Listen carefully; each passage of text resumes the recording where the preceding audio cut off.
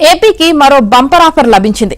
వచ్చే 3 ఏళ్లలో ప్రతి ఇంటికి సురక్షిత కుళాయి నీటిని అందించాలన్న ప్రభుత్వ లక్ష్యానికి భరోసా ఇస్తూ జలజీవన్ మిషన్ కింద గతంలో ఆగిన సుమారు 23,000 కోట్లను కేంద్రం మంజూరు చేయనుంది. ఇందులో సుమారు 13,000 కోట్ల దాకా రాష్ట్రానికి కేంద్ర వాటాగా లభించనున్నాయి. కేంద్రం అమలు చేస్తున్న వివిధ పథకాల నుంచి రాష్ట్ర గ్రామీణాభివృద్ధి శాఖ, జలవనరుల శాఖకు మరో 10,000 కోట్లు ఇవ్వనున్నట్లు ఇప్పటికే కేంద్రం ప్రకటించింది. ఇప్పుడు జలజీవన్ మిషన్ నిధులు మరో 13,000 కోట్లు రానుండడంతో రాష్ట్రంలో అభివృద్ధి పనులు ఊపందుకోనున్నాయి.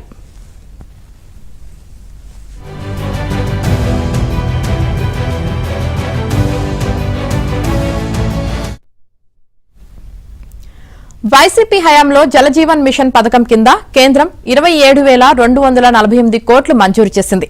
అయితే రాష్ట్ర వాటా చెల్లించకపోవడంతో కేవలం 4,235 కోట్లు మాత్రమే రాష్ట్ర ప్రభుత్వం వినియోగించుకుంది. సుమారు 23,000 కోట్లు వినియోగించుకోలేకపోయింది. ఈ పథకం కింద చేపట్టాల్సిన ప్రతి ఇంటికి కుళాయి పనులు అటకెక్కాయి.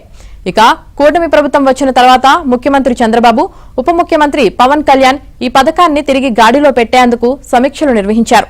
పలు దఫాలు కేంద్ర మంత్రులు, కేంద్ర అధికారులతో చర్చించారు.